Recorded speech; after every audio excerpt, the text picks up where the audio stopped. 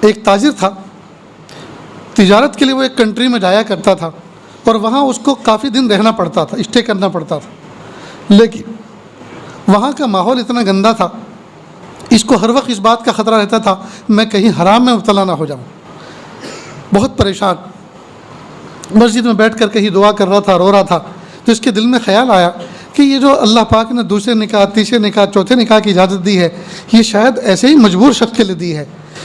میرا ملک دور ہے، ہر مہینے 2-3 مہینے میں مجھے یہاں اس کنٹری میں مال کی پرچیزنگ کے لیے آنا پڑتا ہے، کئی دن رہنا پڑتا ہے، تو کیوں نہ میں یہاں ایک نکاح کر لوں تاکہ حلال بیوی بھی ملے، ضرورت بھی پوری ہو اور مجھے حلال کھانا بھی ملے۔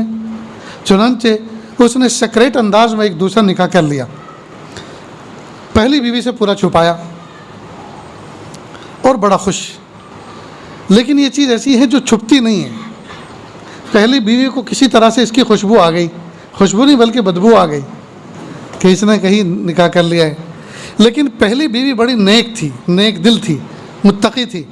اس نے سوچا میرے شوہر نے نکاح تو کیا ہے، زنا تو نہیں کیا، منہ تو کالا نہیں کیا، جب یہ میرے مال پیسے میں کوئی کمی نہیں کرتا، میرا حق ادا کرنے میں کوئی کمی نہیں کرتا، تو میں اس کا سیکریٹ اوپن کر کے، اس کے راز کو آشکارا کر کے کیوں اس کو شرمندگی کا منہ دکھاؤں۔ لہٰذا ٹھنڈے کے لہجے وہ بھی برداشت کر گئی۔ اللہ کی شان بات کام چلتا رہا۔ کافی مدت کے بعد شوہر کا انتقال ہو گیا، نہ اولاد پہلے بیوی سے تھی نہ دوسری بیوی سے تھی۔ انتقال ہوا پہلی بیوی کے ہاں۔ پہلی بیوی رو دھو کر ایک مفتی کو بلایا اور کہا مفتی صاحب میرے شوہر کی ایک اور بیوی تھی میری شوکن، جو فلاں ملک میں رہتی ہے، اب یہ مال پیسہ جائیداد چھوڑ کر گئے ہیں، اب اس کو میں کیسے تقسیم کروں؟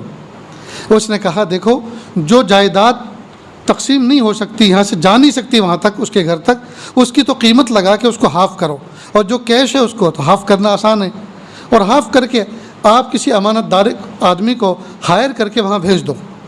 چنانچہ جو ان کے والد کے ساتھ، اس کے شوہر کے ساتھ جو خدمت کے طور پہ جایا کرتا تھا، اسی کو ہائر کیا، ایک رقعہ لکھا اور کہا کہ آپ کو میں اتنے پیسے دوں گی، کرایہ کا خرچ وغیرہ یہ ہے، اتنے پیسے مزید دوں گی، امانت داری کے ساتھ اس امانت کو، اس ترکے کو، وراثت کو جو میری شوکن کا حصہ بنتا ہے وہاں پہنچا دو۔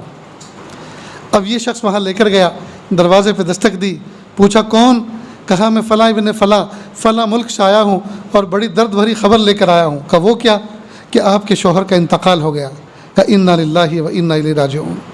کہا یہ رقعہ لو اور یہ بیگ ہے اس کو ریسیو کر لو، اور ایک رقعے پہ مجھے پہنچ لکھ دو کہ یہ آپ کو وصول ہو گیا ہے، یہ آپ کے شوہر کا ترکہ ہے، آپ کی سوتن نے آپ کو سلام کہا ہے اور یہ آپ کا حصہ بھیجا ہے۔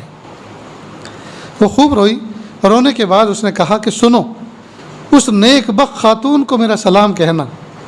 دیکھو یہ شوکن کیا کہہ رہی ہے، نیک بخت، آج کی ہوتی تو کہتی ہوں ڈائن کو میرا سلام کہنا، اس اندھی کو میرا سلام کہنا، اس لنگڑی کو سلام کہنا۔ جی کیا کہا؟ اس نیک بخت کو میرا سلام کہنا، اور یوں کہنا میرے شوہر جب آخری وقت آئے تھے، لاسٹ ٹائم آئے تھے،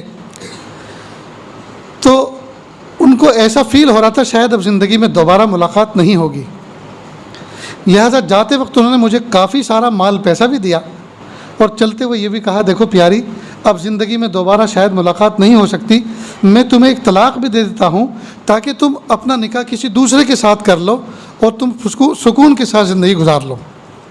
لہٰذا جب وہ یہاں سے گئے اور جب ان کا انتقال ہوا تو میں ان کے نکاح میں نہیں تھی، لہٰذا اس مال میں بھی میرا حصہ نہیں لگتا، ان کو واپس کر لے جائیے۔